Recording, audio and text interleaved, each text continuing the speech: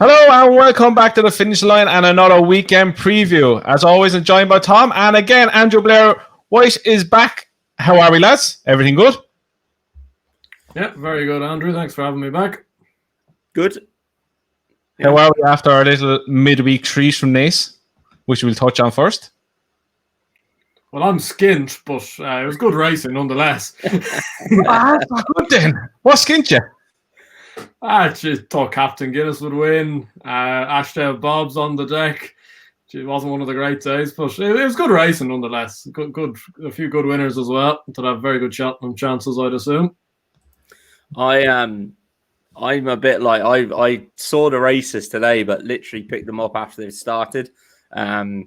So I a bit like Andrew. I'm actually glad I didn't see the prices before, because there's no way I'd have let Captain Guinness go off 7-4 against Gamene. So what do we make of it? Do we think Gamene is just a weapon?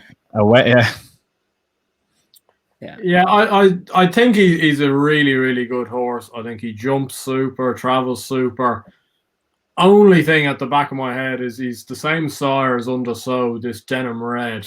And his maiden hurdle, his beginner's chase, and now today have all been on bottomless ground. And I'd want to see him win it win an Irish Arkle on yielding ground before thinking he's just suddenly going to beat Shishkin. I don't think he'd be able maybe to reverse the form completely, but I think on a bit of better ground, Captain Guinness would certainly get a little closer to him than today, because it was bottomless ground. I think he's a super horse, but he has yet to prove that. And his only run on kind of yielding ground so far was his bumper win, which is only by a length and a half, which was by far his worst performance. So just something to bear in mind. I know there's some people that have fancy prices about him. I'd love to have those prices, but I think he's into around 5-1 now. It's skimpy enough, I'd have thought. Yeah, I'm just looking at he won his UK point to point on good ground, but that's a UK point to point. He could have probably won that going backwards now, to be honest with you. But, I actually looked into that race because I was sure somebody would say that, and every single horse he's beaten is still running in point to points over in England. Toby Maguire. No limits. Jesus Christ. Not surprised, but no, I look, to be honest, he only really came onto my radar properly when he ran in Gord. We were just saying there before the start of the show, one of the lads in the WhatsApp group, Dan, is a massive fan of this horse. And yeah, he put him up. So I took a good close look at him, and he annihilated a half decent field that day as well. Paul Stanley, I'm just going to check where he finished, because Paul Stanley counter challenge. He finished third, and he went well away from him.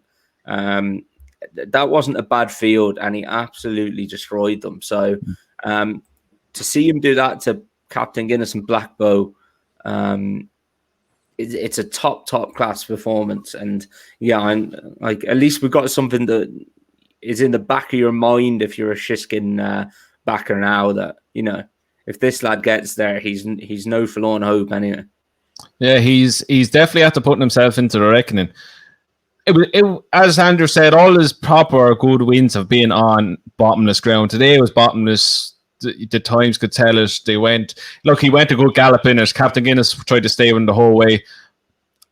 Captain Guinness on better ground is going to get a lot closer to him. You could even tell by Rachel's interview after it, I'd love another go with him on proper good ground, and we see what happens then. But doesn't take nothing away from him. He is now the standout challenger to Shishkin. He is, if he turns up and does that performance on good soft ground, he's going to be a huge threat for him.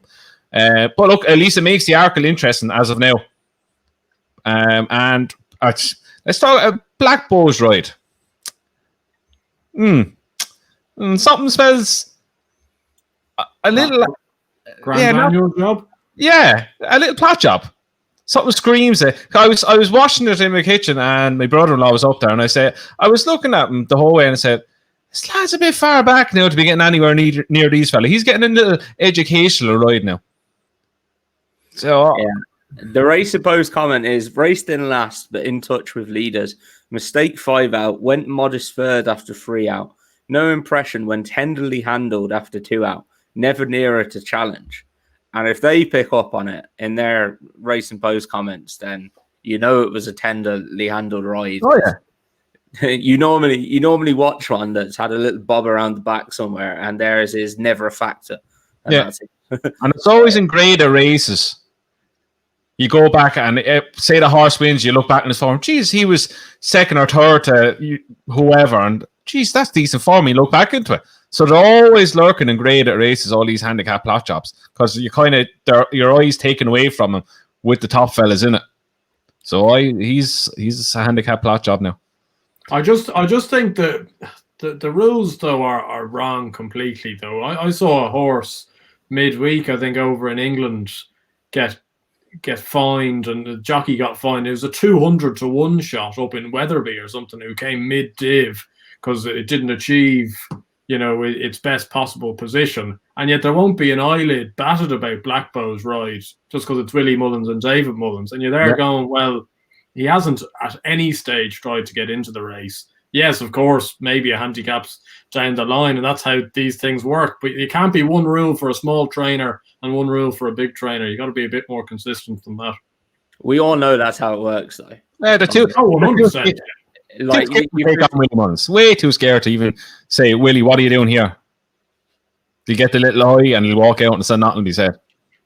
But you could go through a couple of runners over here, and like I'm thinking about napping one that's entered on Saturday in a 0 to 102, and you should go back and watch that one's last ride.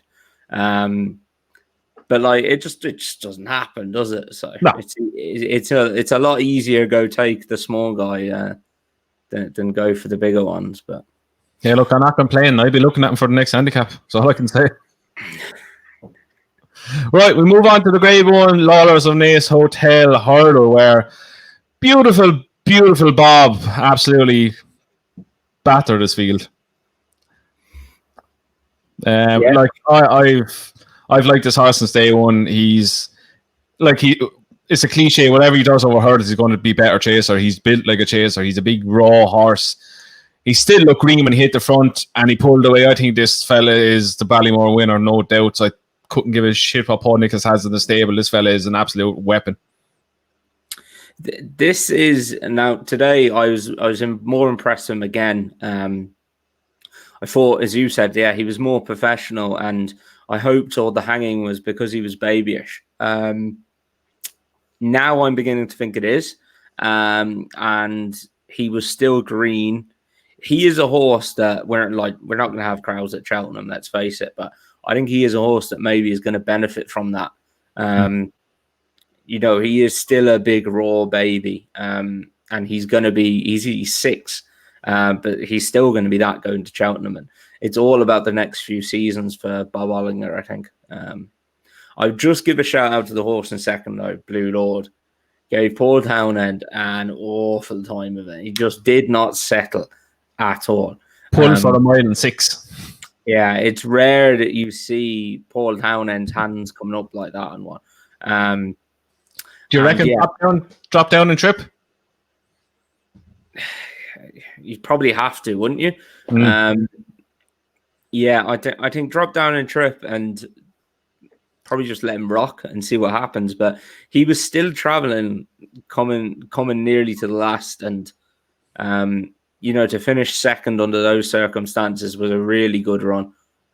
He's not one to give up on at all. Nah, so that was only his second run over hurdles his whole life. To run like when Willie Mullins throws a horse from his maiden straight into a Grade 1, you're dealing with something above average. So I reckon drop down in 2 miles, give him a run before Cheltenham, see how he gets on. He travels so well, even in the ground like that. So to even be still there, coming between the second last and last, there's a serious engine there. I think drop down 2 miles, as Tom said, let him bowl away and see what happens. He could be an outsider for the Supreme. Yeah. What do you reckon, Andrew? Do you like what you saw, or who did you take out of it? Yeah, I thought the winner was super. I wasn't maybe quite as convinced as maybe you were before the race, but you'd hard pressed not to be very, very excited by that performance. I think with the Ballymore, there seems to be three camps. There's the Paul Nicholls romantics who hope he's reincarnated Denman, as he's saying. You've got the point-to-point experts in Ireland that think Bob Olinger is the best thing since sliced bread. And also, it is probably nice that you have such a good horse coming through Robcore, and Brian Atchison's put an awful lot of money into the game, and it shocked me that today was only his first Grade 1 winner, because he seems to have plenty of good horses. But it's good to see a really proper horse, maybe not at Willie's or Gordon's. And then you've got the Shrewdy/Wise guys that are there with their stopwatches looking at Gallards and Menil at Leopardstown. So you're in one of the three camps for the Ballymore.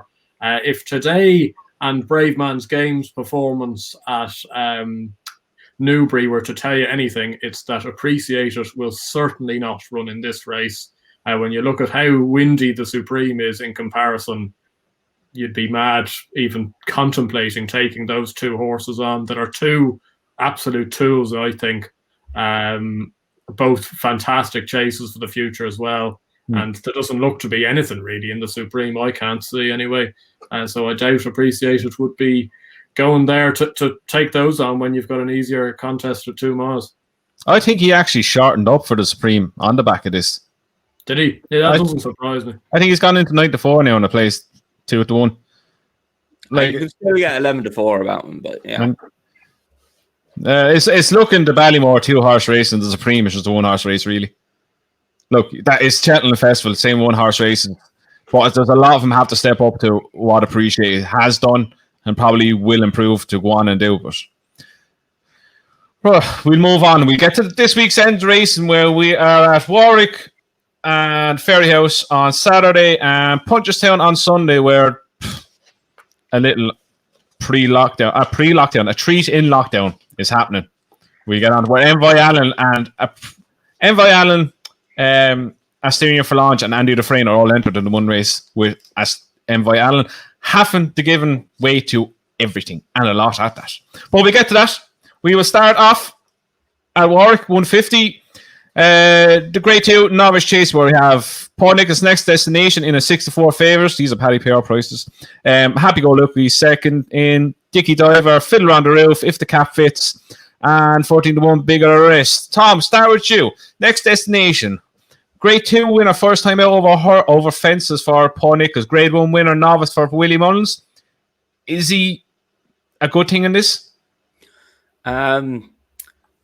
Yeah, I thought so, to be honest. There's a couple that I didn't fancy taking on at the weekend, and he's one of them.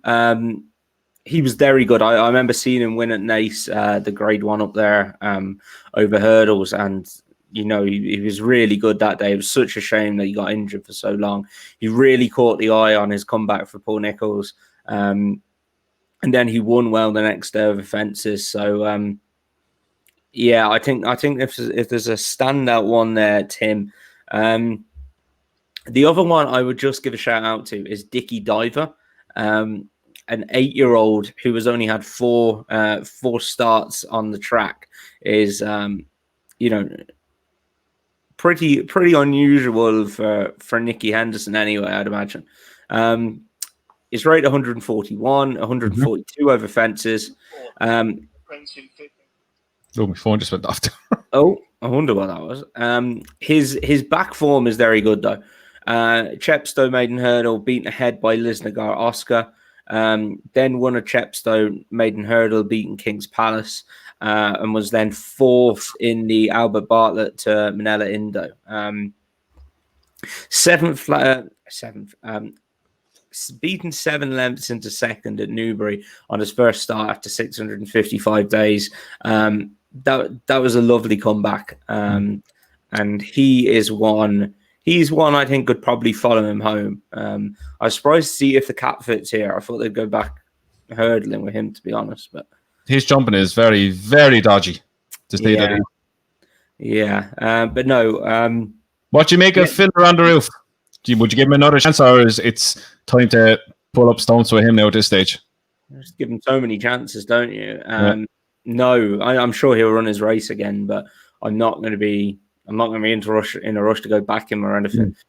Price dependent would be whether I back Next Destination or a small bet on Dicky Diver, I'd say. What do you think, Andrew? Yeah, I think it's a hard race. Next Destination's probably got the scope to be the best of them. You have to bear in mind, though, his Grade 2 win at Newbury could not be working out worse. Both the horse in second and third were both nowhere in that Quarto Star Novice Chase. The fourth's been well beaten at Holden Out, and AC Milan's been stuffed as well since. So it's just something to bear in mind. I don't think I'll be taking 6-4. If he was to go out to 2-1, 9-4, you're more thinking about something to maybe get involved in. Happy go lucky. Kim Bailey's horses are running stink at the moment the last couple of weeks. Couldn't be going near him. Dicky Diver, I get the angle Tom's coming from there. I'm just worried.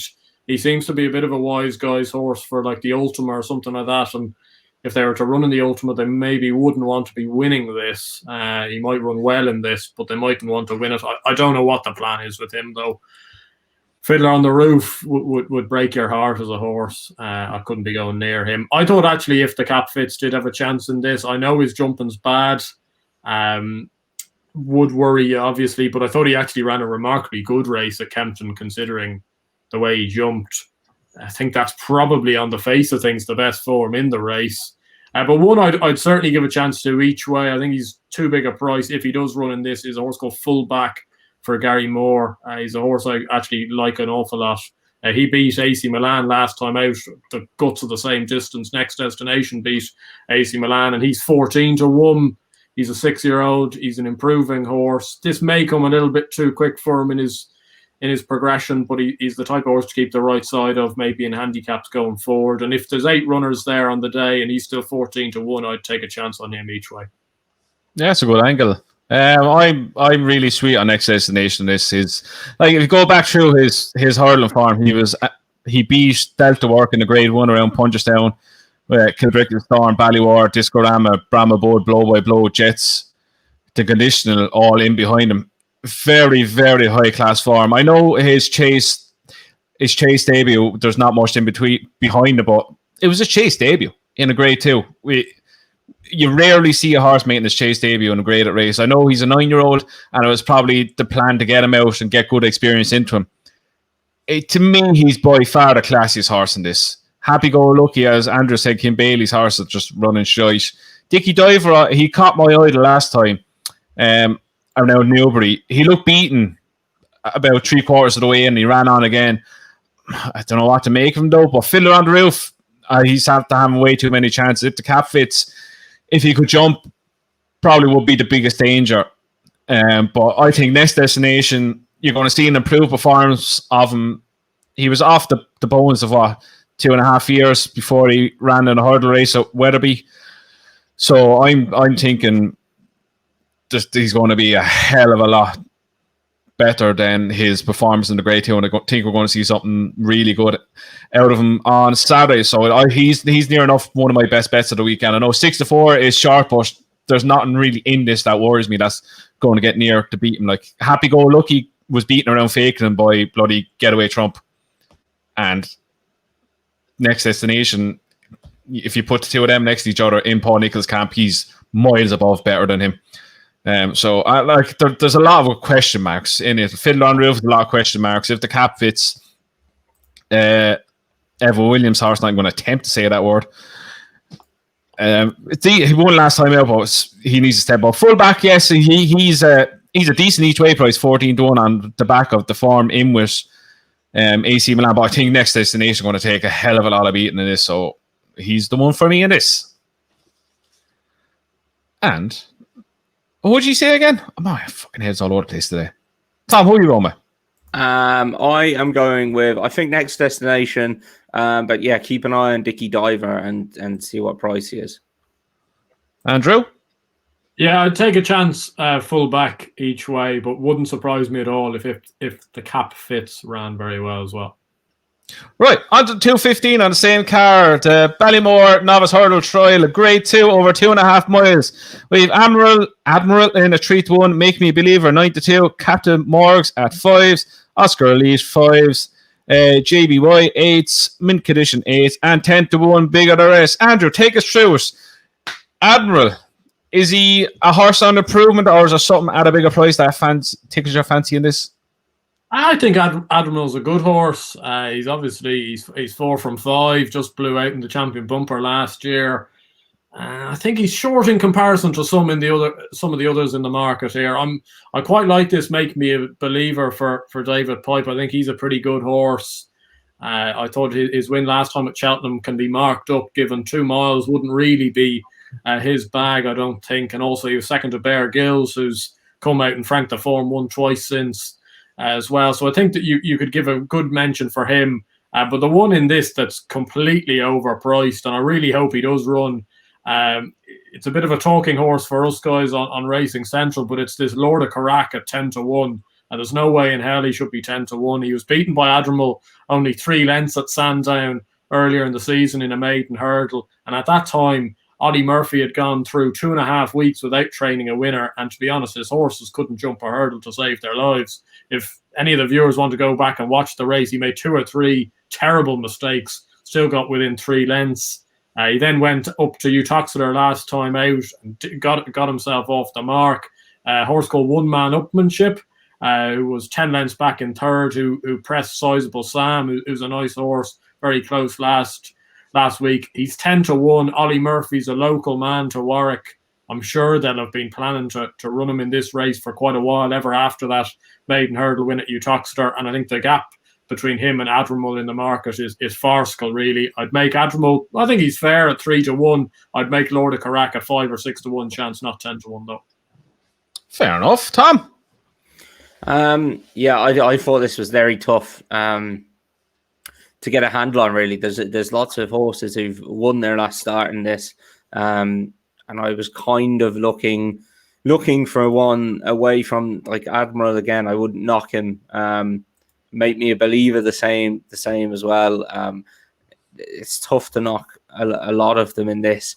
He is maybe the one I think I'm leaning on is Make Me a Believer. I think Pipe's having quite a good season, really. And yeah, I'll take a chance on him, but to be honest, it's kind of one of those, I don't like follow the English novice hurdle form too well. So when you've got a lot of winners coming together like this, it's hard enough to equate the form, I think.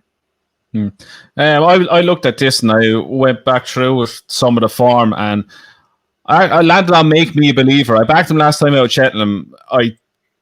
As Andrew said, I think 2 mile 5 will be right up his alley. Done well to win over 2 miles around Cheltenham. His form is being franked, as Andrew said, by Bear Grylls, who hacked up the other day, carrying a big weight around Exeter, I think. Pipe's horse are running very well this season. He's having a lot of big winners, a lot of good runs out of decent horses. He's getting a lot of new horses in, and they're proven to be very decent. I think this fella has a lot of improvement in him. I think 9-2 is a very decent price when you consider Admiral's 3-1. Like, there's kind of a little bit of form between the two of them. The two of them ran in the same point to point where Admiral won. Make Me Believer fell 3 out where Maintenance challenged, but you can't really fathom that right now. But look, I went back and watched some of Admiral's form. Yeah, he wins well, but he's not really one to take her eye. I think Make Me Believer is just big, strong, staying type. And I think the ground is going to be really heavy the weekend. He's going to have enough strength in him to get through it. And I think he'll be powering away at the finish. So he's my idea to win. As Tom said, I can't really fathom the rest of the English form. Lord of Carrack, I never even heard of him until Andrew said his name there. So I can't even say that about him. But yeah, I think Make Me Believer is a good bet at 9-2. So he is definitely my selection in this, and I will be backing him 100%.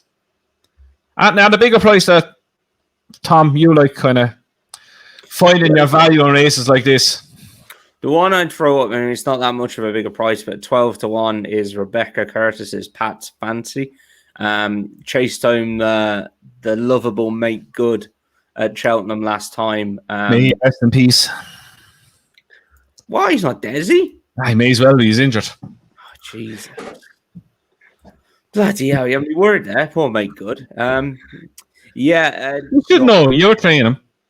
I'd say this lad might be one to fill a place, but that's just looking for one that looks a bit overpriced. But I mean, the fact that there's 1, 2, 3, 4, 5, 6, 7, 8, 9, 10, 11, 12 horses between 3-1 and 12-1.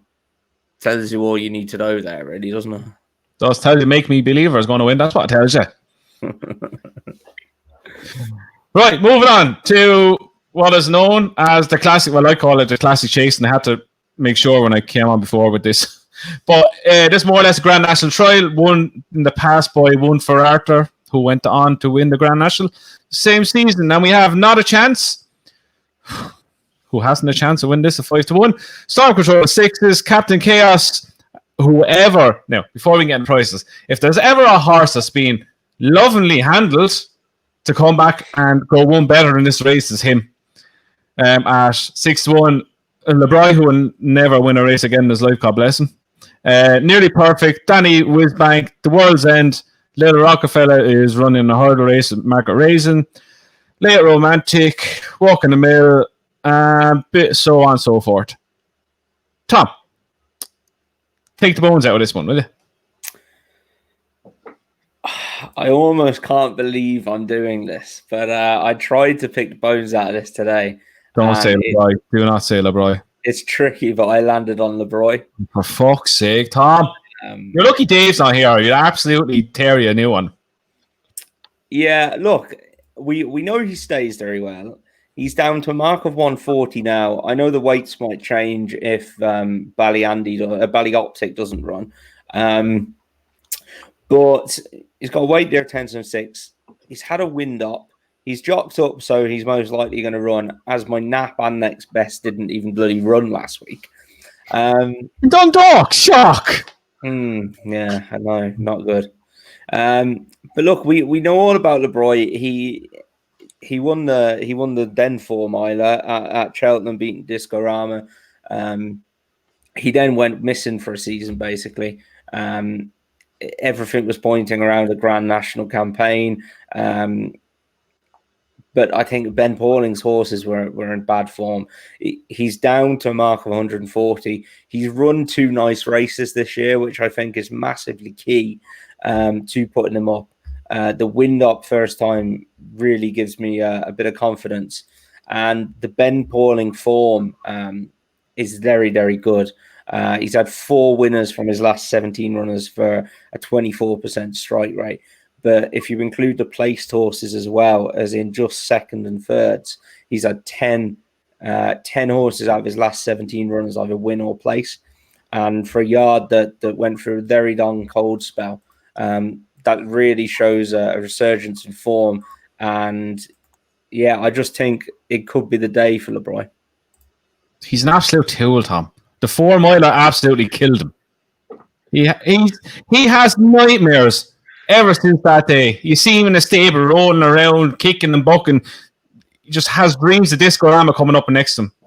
Wind up first time, trainer in much better form. Run 2 nice races this year. I'll take that. He needs a heart replacement like Dave. That's what he needs to win this. Can't have him. No, Andrew, no, don't be saying yeah. No, Why can't you have him? Why can't you have him? Because he's LeBroy, and the day he died was the day he won the 4 miler. He has been back so many times to win races, and the second he's asked for referee, he goes, not doing this again. No, that hurt the last time. No. Yeah, because he's probably been sick and can't breathe, to be fair. That's my thinking on it anyway. Andrew, please don't put up with me.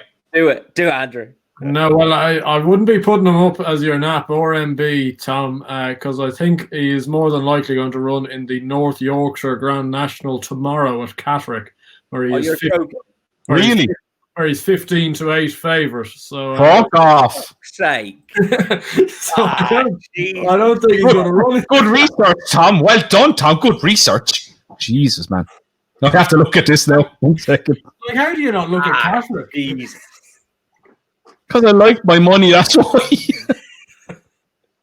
Just back Brian Hughes up there. As Tom frantically looks for another selection for the race, I'm done with it now. I'm done with that race. He's so the canter right now. It's made my day. The one I landed on, coming off a back of a bit of an absence, is a horse called Achille at 12-1 for Venetia Williams. Venetia Williams had a treble today at Leicester. It is her time of year, heavy ground. This horse is a very likeable grey horse. Keeps finding, he's been a very progressive horse, but he is seemingly made of glass. But he's run well on reappearances before. These sort of extreme tests of stamina seem to do well for him. I think he's 12-1. Hopefully, at 4 or 5 places, I could see him run very well.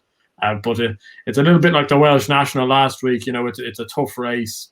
Captain Chaos could well run very well, considering they are back to a similar mark to last year. But I take something at double figures, and the one I came down on was Achille. Tommy, you look heartbroken. I love how Andrew sat there as well. Andrew sat there, listen to me spiel off why I fancied him. I just sat there on the knowledge that he was running tomorrow. Yeah, but you know what? You know what this is for? This is for the day that you left me sitting there pronouncing the horse name wrong, and you didn't even have to fucking tell me. Ha! You just snipered in there right at the end, like. Good lad, Andrew. Good lad. It was such a compelling case as well. It was. I went through it and I was like, I can feel this. I can feel the bright, in this race. And no, that's it. I'm done now. I don't want any more selections. Anything else. But the question is, Tom, are you going to back him tomorrow now? Nice. I'm not backing LeBroy at 15-8. Never. So, the only thing I would say about LeBroy is if they do want to run in the National, no matter what race he runs in, whether it's tomorrow or on Saturday, he has to go very close because he's actually botched it up so much, he'll be out of the Grand National weight now off 140. So he actually does need to go and win a race if he wants to run in the National. Well, he needs to start running now. Fucking slow bastard. He'll probably win that tomorrow, I imagine. I'm just looking through it now. If he doesn't, he needs to get that magic injection. Yeah, he should win that tomorrow. I don't know if I back him at 15-8 though. Jesus Christ, no! You want to have your head examined? No. Yeah. Late Romantic will beat him. There you go. Midweek tip. Boom. Anyway, I'm on some chaos. He's back. He's 2 pounds higher than he ran at last year. He's been 50-1, 50-1, and 33-1 in his 3 runs this season, and he's been absolutely given stinkers. He 100% this has been the target. Like his runs were like he's a horse that sits up with the pace, and his runs this season have been out the back, out the back, out the back. So he's going to be up the front, up the front, up the front on Saturday. And he's 2 pounds higher than he was last year when he's beaten by Kimberley Candy. And then he went on to bolt up in a Grinthorpe handicap chase over 3 mile 2 by 54 lengths on bottomless ground. It's going to be bottomless ground. He's going to have everything in his favour. 6-1, yeah, short, especially on the back of pulled up, and nowhere. But Dan Skelton's horses are in good form. They know how to target a race. I think he'll go very close. And look, there's not an original about my selections. There 2 of them are up by the top of the mark. I think Storm Control is a very progressive horse. 2 wins at Cheltenham this season over 3 mile 1 and 3 mile 2. He's stepping up and trip again today, but he's another one that likes to get on with it, go from the front, has form on the ground. I like front runners in these kind of chases. They burn off all the rivals, and I think 2 of them will go very close. I know 6-1 is a sharp price on both, but I don't really fancy anything else in it. Little Rockefeller, as I said, is entered in a hurdle race. The World's End is all right in his day. Danny Wisbank is the biggest spoof for walking God's green earth.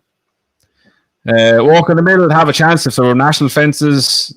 Achilles will have a good chance, especially if Venetia Williams' time of year, ground, everything in the favour.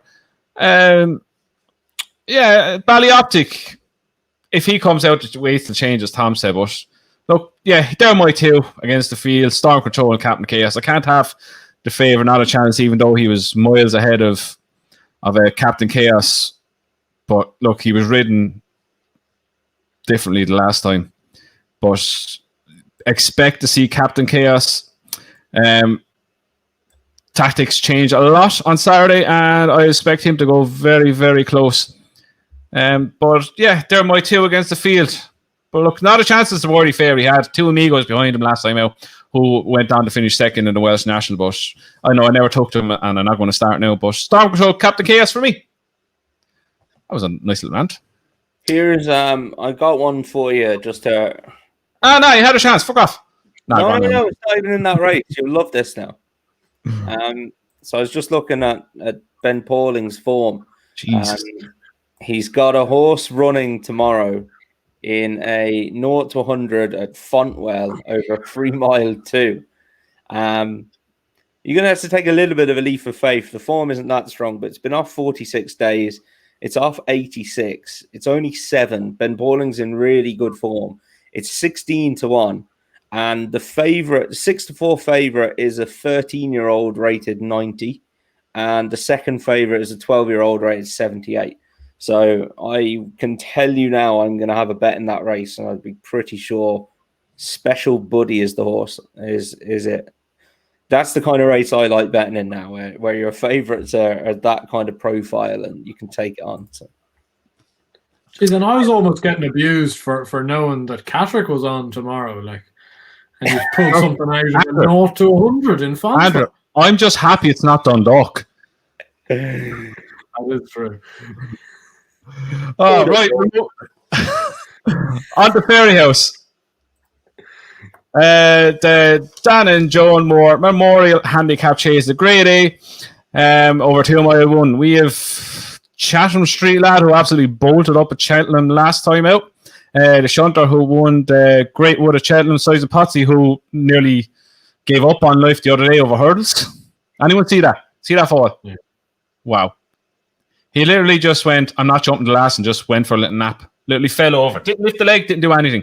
Out on his feet. Did you see Ashdale Bob today? Oh. What the fuck? He took off half a furlong from the Wings. Oh, he got wings. He took outside the wings of the wings and thought he had wings, and then realised. I don't know. I don't know what makes horses think sometimes, but he clearly wasn't thinking. Oh. What was I saying? Front view, impact factor in Dukas, Fan de Blues, Chosen Mate, and so on. Tom, do we believe Chatham Street lad win at Cheltenham last time? It was 5 to 2, really short. He was 7 to 2 when I was looking at this earlier. If he's backing up this, he'll surely take a hell of a lot of beating in this. Yeah, I don't think there's any reason not to believe it. His form before that was pretty good. It was a marked step up, but his run before that had been a big step up on his previous form over fences as well. He'd run to a pretty high level over hurdles a few seasons ago before he got injured. So there's no reason to suggest it was a complete fluke. The Racing Post have him running to a Racing Post rate of 163, which is insane. He's up 10 pounds here, but they carried away there now, didn't they? That is like if you literally take it literally. So he's running the goals up then. Well, they've spoken Ryanair for him, haven't they? So he's off 151 now in Ireland. So yeah, like I don't know. He's put it this way: would I lay him at 5 to 2? No, I wouldn't want to lay him at all. I don't know if he's going to run here. I'm not sure what the plan is, and my selection is exactly the same. I've no idea if they're going to run here. I think he's favourite for the Coral Cup, so I'm not sure what their plan is at the minute. Maybe they will run him over fences and protect his hurdle mark, but the Shunter absolutely bolted up in the Great Wood at Cheltenham in November, has been given a little break. It's off 132 over fences. No reason to suggest that he won't be as good over fences as he was over hurdles that day. He'd been very good at Punchestown this year and ran well in a Grade 3 Novice Chase at Cork. I think a mark of 134. I think he's a lot better than that. I think this horse is a 140 horse over hurdles and fences. And while I wouldn't want to take on Chatham Street lads, if the Shunter ran here, I think I'd be backing him. Do you think the switch between hurling chasing in the one season, do you think that's going to do him any favours whatsoever? It's not ideal, really, is it? Depends on the horse. We've seen horses who are rated 20, 30, 40 pounds better over hurdles or over fences, and they come back and they just don't run their race over hurdles and vice versa. But this lad, he's got a similar profile over both obstacles. I don't think it bothers him at all. So no, I don't see it as a negative for him at all. Yeah, I think the trip there is his proper trip to try them over. A staying trip to Cork, I think, was when the race home by the Lee one. So yeah, he'd be my idea, the danger to my selection when I get to it. Andrew, how Brian Hayes got him beat at Tipperary. He shouldn't have got a ban for that ride. He should have got a medal, I think. Well done for fucking it up. Poor Brian. No, I don't. I think that was why he got banned, because he wasn't exactly wanting to win that day. But I remember it now. Yeah, I remember. It was he was able to get him beat. To be fair, Jesus Christ! If they seen that, they can see bloody Blackball. I'll tell you that now for a fact. Yeah. So anyway, he's my selection. I think he's still improving that then. Yeah, Andrew. Yeah, I think actually the top two in the market are very solid. The Shunter is potentially thrown in. I don't think he jumps fences brilliantly. When he came fourth in that graded race down in Cork, he made a few mistakes. That'd just be the only thing put me off him. Chatham Street lad, if he was as good as it looked, when you take the thing at face value from Cheltenham, he'd win up as well.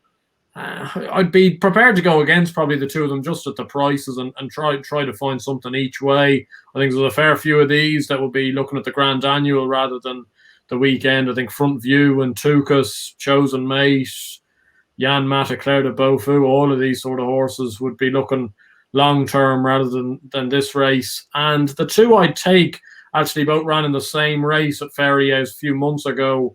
Impact Factor at 9s.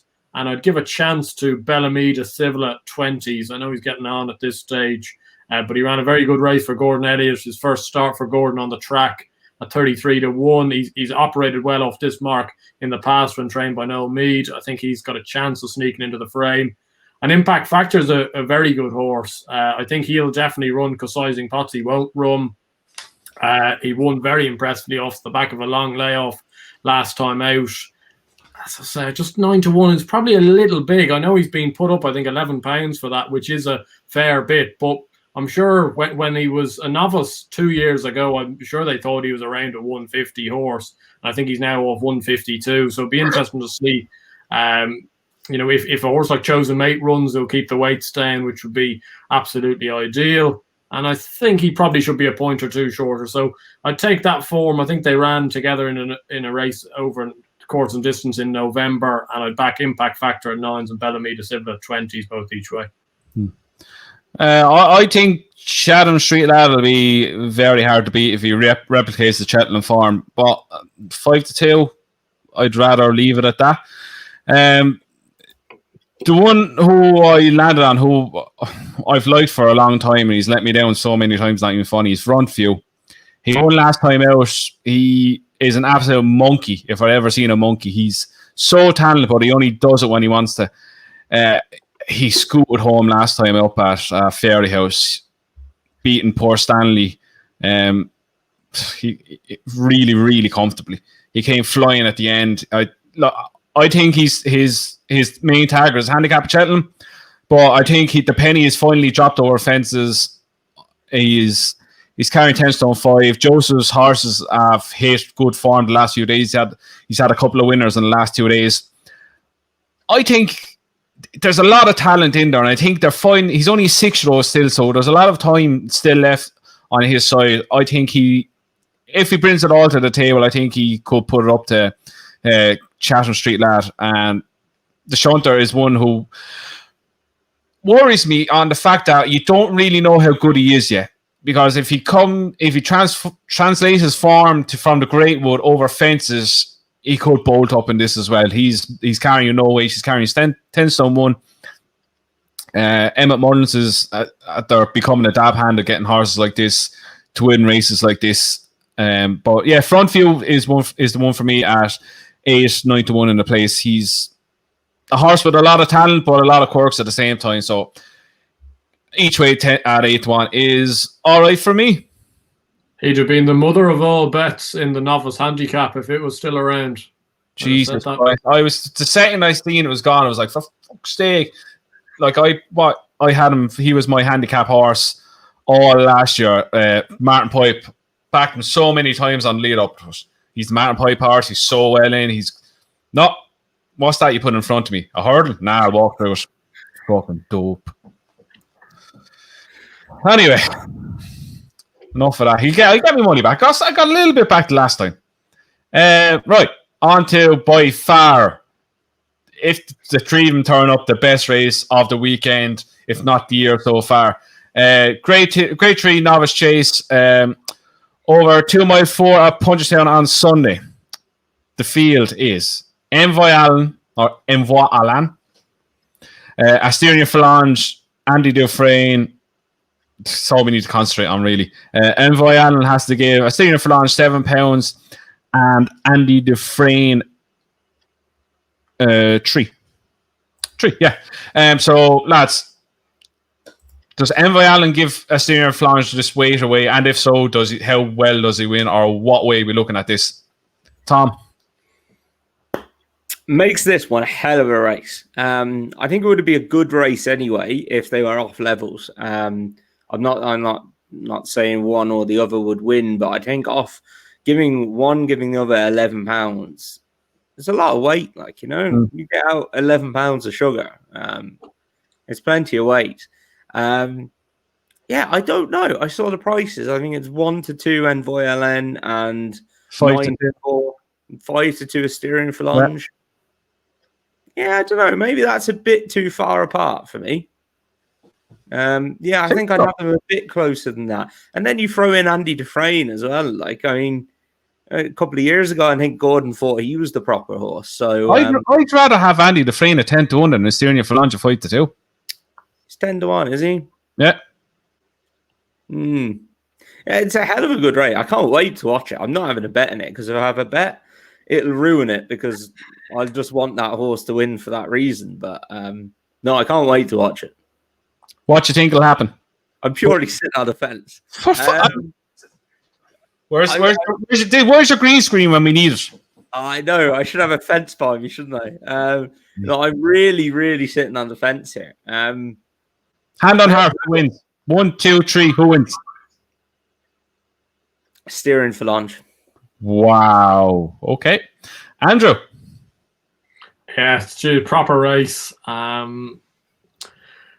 It's going to really test Envoi Allen this, which is great. I'm just praying to God that, you know, one of them doesn't blink and just at the last minute goes, no. Because if you take Asterion Forlonge out of the race and, you know, say Gordon whips Andy Dufresne out of the race, Envoi Allen's 1 to 8 again, and you certainly wouldn't want to see that. I think if he is going to be vulnerable this year, it will be on Sunday, just off the back of the fact that they didn't have him fit for the Lawlers race at Naas last January, where he won by a couple of lengths, beating Elixir Dane. And they said after the race he wasn't fit at all, with Cheltenham being the target. That being said, I don't want him to be beat either. So it's a race I couldn't go. You know, I'd never have a bet in it for what Tom said, because it just ruined the enjoyment of it. I really love Asterion Forlonge as well. I think the Mullins camp couldn't have comprehended him getting beat down in Limerick on Stephen's Day. Paul Townend's face when he fell off him was just actually quite comical almost when they panned back to him and he was just staring at the ground going, what on earth has just happened? Because he jumped super up until then as well. I think he's a serious tool of a horse. Andy Dufresne's probably a little bit of a cliff horse for me. I kind of have always hoped he'd be maybe a little bit better than he's shown. Stay on that cliff. You're all right. He'll get there. Don't worry. I think they're 3 magnificent horses, but it would be going against everything for me to want Envoi Allen to lose. So I really hope he does it. And to be honest, if he goes out and gives Asterion Forlonge £11 and beats him, God, he's some tool of a horse. This is also, just to point out, this is the first time Envoy Allen has run on heavy ground in his career. No, here comes the breeding part. Here it comes. Well, it brings it into, it's an unknown. It's an unknown. So first time on heavy ground, wearing a tongue tie this season because he's had a breathing issue, and giving Asterion Forlonge £11. Like, don't get me wrong, I hope he goes and bolts up, because like he's an absolute superstar if he does. If they all run their races and he can do that, he's an absolute superstar. And like he very, very much could be. And I'm a bit with Andrew. Like, I hope he wins. I really do. It's heart over head stuff though. There's enough factors in there for me to pick Asterion Forlonge. The only thing I'd say is, because I've asked a couple of people this, if Asterion Forlonge goes and beats Envoi Allen on Sunday, just as a hypothetical, you'd have to go and run him at Cheltenham again, wouldn't you? Like, I know he needs to go right-handed, but if you beat Envoi Allen, you can't just go, sack that in, we'll go to Fairyhouse. Unless you want to kill him. He will kill himself going around Cheltenham. Have you not seen the Supreme Novice Hurdle? And you imagine him jumping the fence, he would kamikaze headbutt. I know, but you physically couldn't do it. Like, if you owned Asterion Forlonge and you beat Envoi Allen, who's the banker of all bankers for Cheltenham, you cannot just go, I fancy the Ryanair Gold Cup at Fairyhouse instead of running again at Cheltenham. Like, come on, like. Right, you'd have to run him in the marsh then against him on level weights, going the way around that he hates going. And there's a high potential that he's going to commit suicide. But if he beats Envoi Allen, he's either the best or certainly the second best 2.5 mile novice chaser around, which I think he will be. I'm not sure whether he'll beat Envoi Allen on Sunday, but I think ability-wise, he's the second best at that division. He has huge class, boy. He's fucking thick as a plank. But what would you do as another jockey though if he's running in the marsh and Paul Townend, is leading on the inside? Nobody wants to go on the outside. I'd leave falls. Give him a nice lead, 3 out, then he's going to clip up. I would love to be a fly on the wall in Willie's yard the day after this, and they're back right now, and Willie says to Paul, I think we're going to go for the marsh, Paul. And Paul just goes, no. Paul will go, I think you can put Danny on him. Patrick, on you get, son. You want to turn a ride in the marsh? There you go. You mightn't make it to the bloody fox hunters, but what harm? Can you imagine riding that thing at Cheltenham, knowing what he did last year? I've balls now to ride any kind of horse back in the day, but now I would not go on him around Cheltenham. You would end up in the back of an ambulance. No, I would not fancy him. And can I just say as well, before people start getting onto us, Asterion Forlonge can beat Envoy Allen at the weekend, and Envoy Allen can still be the better horse. Like if he gets beaten ahead or something, he's giving him £11. I'm not sat here trying to say Asterion Forlonge is a better horse than Envoy Allen. It's just the factors and the weight difference. So. Well, if people that won't know that, because that's illogical thinking. So if he gets beat on Sunday, then the world's imploded. He's because it's not the way bookmakers do it. But I'd love him to get beat and his price drifts out for Cheltenham. Like if he got beat half a length and they were 20 lengths clear and his price went out, I'd back him.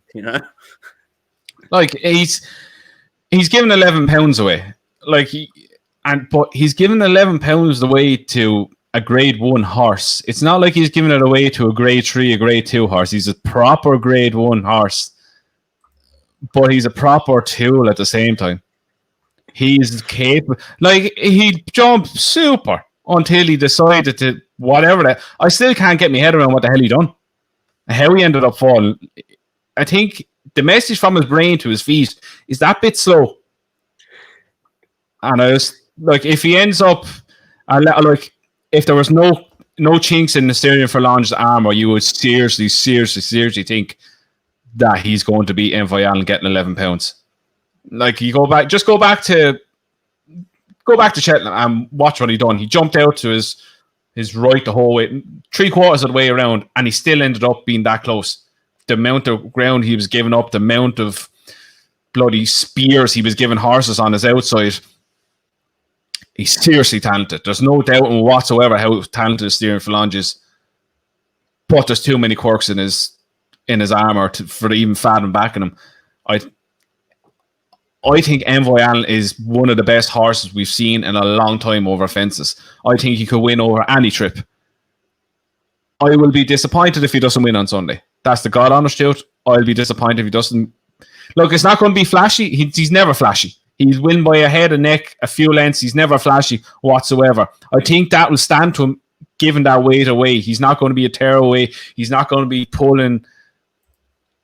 I really expect him to win. I think 2-5 and 5-2 is a ridiculous comparison in the betting. It's way too much difference in the betting. Oh no, you think they should be closer together? Yeah, I think it should be a lot closer together, especially giving away £11. But they're not going to give you that price because it's Envoy Allen. If it was anyone else giving £11, you'd be getting 6-4 giant favourites. But the fact that it's Envoy Allen, he's unbeaten, he's potential superstar. Like Tom, you like your racing post ratings. Like there's only £1 in the difference. Asterion Forlonge is 162 or 161, and Envoy Allen is 162. So technically, he has every chance of beating him.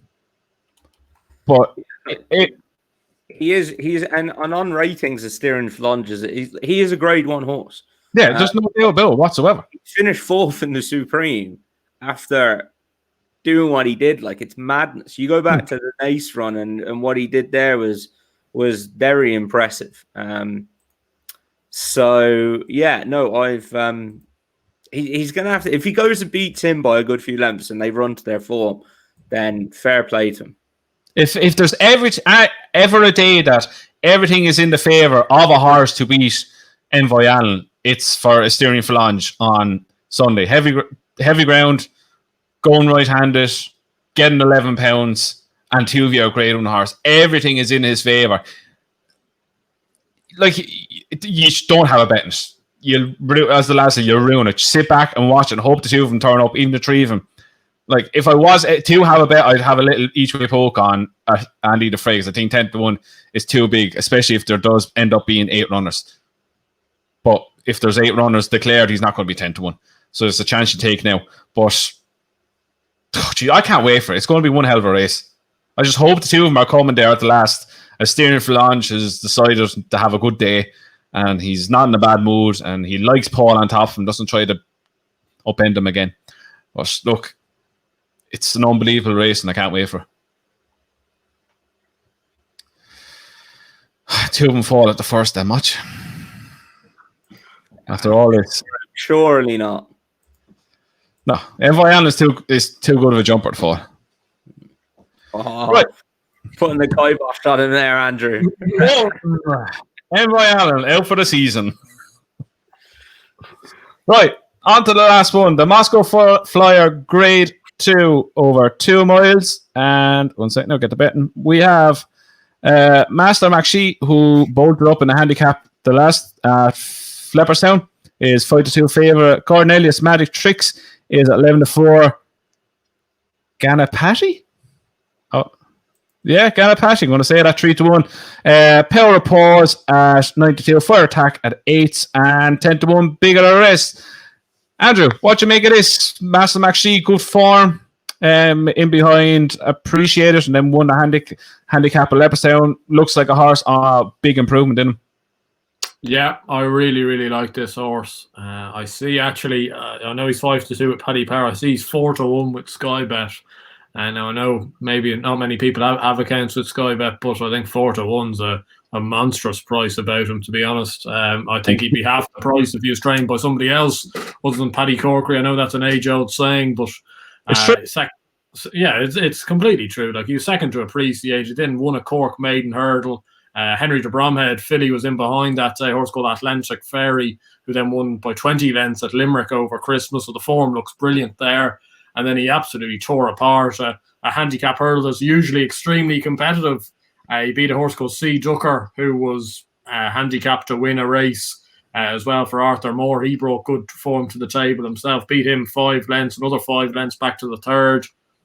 He's now off, I think, a mark 143. So they've obviously decided to just play their hand in a grade 2. And I don't really like much of these in behind, to be honest. I think Magic Tricks is probably more of a long-term prospect. He did it nicely last time out. Wouldn't be surprised if we don't see the best of him till tackling a fence. That Ganapathy made an awful meal of it down in Cork at long odds on. And if he ran one, I'd give a chance each way. I backed him each way at Leopardstown over Christmas was Fire Attack for Joseph. I think 8-1's probably a little big on him. But I'd be really on Master McShee here, especially if you can get 4-1. I think that's a ridiculously good price. I have him down as probably a 7-4 chance, so 5-2 I think is a decent bet as well. I think he's a really rapidly progressive horse, and if he wins this, he's every entitlement to go and run in a Supreme Novices. And Q Sky Bet's website shutting down. Tom, what do you think? Basically just agree with everything Andrew just said. Yeah, literally to the point, I think. I thought he caught my eye the day he was behind Appreciate It because they were so far clear of the rest of them. Backed him then the next day and he won well. Yeah, if you think about it, he was closer to Appreciate It there than anything in the grade 1. Now, I know it's hard to take races literally, but it's a good distance that he was clearer than them as well. He won really well in Cork, and then he bolted up for a horse of his inexperience to go and win a really competitive handicap hurdle at Leopardstown over Christmas. And that Sea Ducker, who came second, was tipped by everyone. I think he got tipped to me by about 4 people. So he's obviously he was very well fancied that day. A mark of 143 now, and yeah, if he goes and wins this, he's got to go Supreme, really, hasn't he? Yeah, he's hugely improved. Like as you said, his second behind Appreciate has been franked. Like there's no tomorrow. He's 28 lengths back to the third that day. He goes on, wins a Cork, paces up, then beats Sea Ducker, who, as you all said, was tipped to win this and win it easy. As Andrew said, if he wasn't trained by Paddy Corkery, he'd be near enough 6-4, 5-4 if he was trained by Willie Munnins. Sky Bet 4-1, get it while you can. That's all I can say. He's a horse on the improve. He's loving life. He's a 7-year-old, a really lightly raced 7-year-old, so there could be tons left in him. I think he's going to be really, really hard to beat. And I think one that will follow him home will be Power of Pause for Willie Mullins. Back from last twice, liked what he done. Big, powerful horse. He's a 6-year-old. He's 9-2. If he runs, he'd be the one I'd fancy in the follow him home. But I expect Master McShee to win. I really expect him to actually win it well. And as you said, like if he goes off and wins it well, you can't not think of Supreme, and it'd be nice to have a trainer like that go Cheltenham with a live chance. But yeah, I think he's going to be hard to beat. I think Magic Tricks, as Andrew said, is a long-term prospect. Gabapashi is that run at his maiden hurdle win looked horrible. He looked like a horse that needed another 2 runs to learn what he was doing. It's interesting. The Real Deal is entering this. I don't know if he's running, but wonder is he on his gain food once again. But anyway, yeah, Master McShee, the one for all of us I see in this. It's interesting though, he's 40-1 currently for the Supreme Master McShee. Which I don't think, based off the Supreme market, as I said earlier, it's a pretty windy race. I've actually seen worse bets in that race. Considering if he wins on Sunday, he's 10s, 16s. Yeah, easily 10s if he wins. It's just something to bear in mind. It was actually a big price, 40s. Yeah, it's not a bad show. I think it just goes to show, though, how solid Appreciate it is at the top of that market. Yeah. He looks the real deal now. That appreciate it, especially for that. I can just see him bolting up, to be honest. I can see it being another Vitor and Duvan job. Yeah. Just powering away and good luck to you. Powering away. He gets given his head coming down to 2 out kind of job, and he just stays on because they know he's going to stay really well. Give him a squeeze and off the hill he goes. How that race is run in my head is gone around a few times, and I hope he does. I got financial involvement, but I really do think he'll bowl. It'll be the race post right up will be settle just off the pace, taken out, 2 out, jump the last in the lead, power clear up the hill, 16 lengths easily. Eased up. Maybe not that far, man. I'll take 10. I'll take 5. I'll take a head. Genuinely just take a winner. It would be like, do you remember Classical Dream? Yeah. I'd say it could be something like that. Hopefully, he won't be as keen as Classical Dream was, but that was good fun watching that, being on him at a big price. And no, we were on him at world prices. 25s, I think. I'll never forget the conversation. We were playing ping pong in the office in work, and he was saying, "This horse, I really like him for the Supreme." Hang on, were we playing ping pong when it won? I think. Yeah. We were watching the race and playing ping pong. Andrew, we did so much work in that office. Yeah. But we were playing ping pong and watching a horse race in work. And I was like, mate, I reckon that'll win the Supreme. And what price it? 25 start backing it. Yeah. Good times. Then we backed him to win the grade 1 at the Dublin Race Festival, then go on to win the Supreme at 25s as well. We rode in on that. So to say we nearly took the roof off Alfie Hales at the first race of the meeting was an understatement. Right, that's all the races covered for the weekend. Right, we'll go to naps and next best. Andrew, we start with yourself. Yeah, 2 that we haven't covered yet. My nap, we've actually discussed them a couple of times just in relation to finishing behind other horses. Port Stanley runs in the 250 Beginner's Chase at Fairyhouse on Saturday. Really should be getting his head in front at some stage. He's bumped into a few really nice horses, namely Energumene and Front View. Last time out, he got nabbed by Front View very late. He's not a bad jumper. He really should win. And my NB, I've had a bit of a notion about things. It's in the Pertemps qualifier at Warwick, which is arguably the most terrible betting race of the whole weekend to be getting into. Vision Day Flow 20-1, I think, is just too big a price. We've seen in these sort of handicaps before with the likes of, you know what I mean, Harry, these slightly older horses near the top of the weights can often run well. I think off a mark 149, 3 of his 4 career wins have come in January. It's obviously his time of the year. This time last year, he beat Royal Pagaille 15 lengths in a chase around Chepstow, which is obviously shows that there is still some ability in him. He's back in a much lighter category here. I think 20-1, 5 places each way. I could see him running quite well. I like big prices. Tom? My nap is going to be Master McShee. I'm just a really big fan of him. I think he can win that race, definitely. I think his form backs up the visuals as well. And I'm a really big fan of his in that race. And then my next best comes in the 150 at Punchestown on Sunday. The Adair Manor Opportunity Handicap Chase.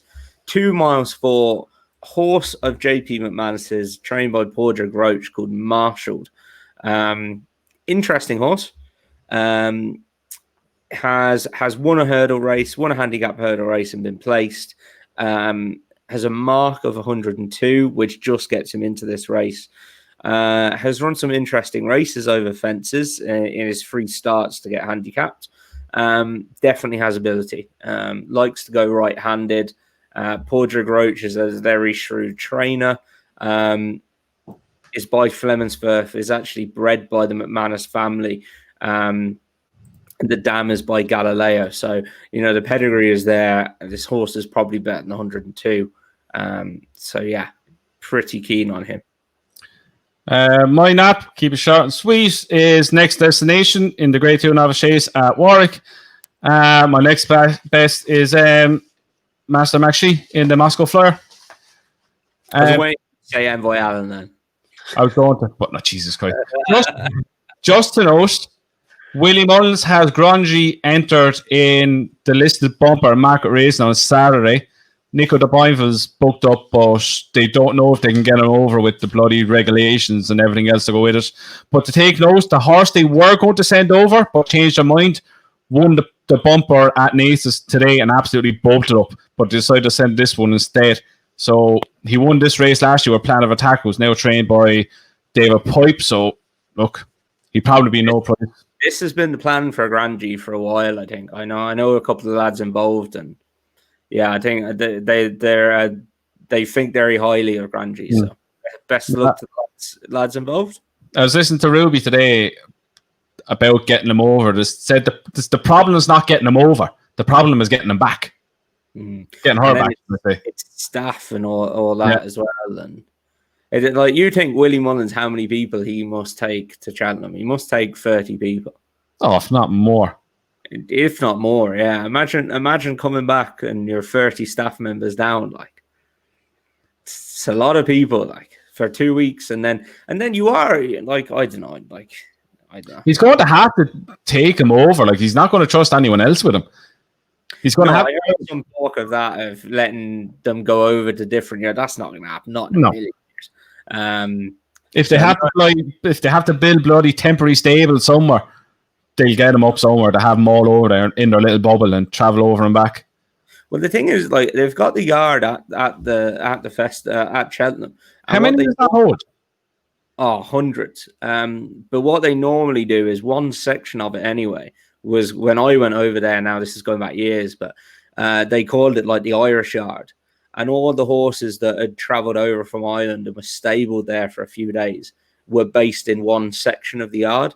So I'd say we got there on maybe the Wednesday, and yeah, there was racing then Friday, Saturday, Sunday, and like, we were riding out then on Friday and Saturday, and we, like, some of the horses size in Europe didn't run till Sunday, but like, there were other horses come and go in just out of the racecourse stables, like, as normal, as in they'd come in, stay for the day, and then leave. So you are kind of sectioned off anyway. So, like, it's possible. It's not completely alien that all these horses are kept separate to each other. So I think it's going to happen. I can't see it not happen. They're going to find a way to make it happen, because it's not going to be Cheltenham Festival without the Irish runners over there. Well, I was reading today that bloggers are going to Dubai based on the fact that they're going for work, because they have to take photos for Instagram. So if they're going to bloody Dubai for work to take photos to Instagram, we can get people to England with horses. So, especially when there's accommodation at the track for horse and man and woman. Yeah, the setup is there for it. We're lucky it's got such a good setup. So I think it'd be fine. I'm sure. I'm sure with all the hotels closed as well, they could easily just make a deal with the government and say, right, we're going to station our people in this hotel and our other people in this hotel. Like, Willie Mullins staff in one hotel, Gordon's in another one, Henry's, he won't have as many, but they can even rent houses or something like that around there. That staff accommodation block holds a lot of people. So yeah, I think the infrastructure is there for them, so I think they'll be okay. Yeah. Right, so that's it for us for another week. We're back as always Sunday for Talking Points, and we will review everything and hope that Asterion Forlonge and Envoi Allen. Anti-post tips after that. No, hold up. No. And you were forgetting something as well. Jesus Christ, how did we nearly forget this? We nearly forgot the most important thing of the weekend. Sean Ouchie is running on Saturday. How the hell didn't we start with this? You mentioned what the hell has going on? Mentioning Syndicate's Racing's horse and giving that a shout out, and you won't give your own one a fucking shout out. Jesus. I'm angry now. 1 second. I have to plug in my phone. Tom, take it away, Tom. Yeah, Shona Ausicht is entered on Saturday at Fairyhouse in the Mayor's Maiden Hurdle. Yeah, declarations tomorrow. I think the plan is to run anyway. And yeah, she's got her chance. There's a few in it, unfortunately. Rosie's Hollow and Castra Vetra, who beat us the last day. And I'm just getting the name of Joseph's horse now, who is also pretty sharp. Global Equity has been placed in a few graded and listed races. So yeah, like we're gonna be up against it to beat those three, I think. But after that, we might have a chance of being around there again. So yeah, fingers crossed we run well. Sorry, what? Andrew's now going to complain and be like, she's a strategy.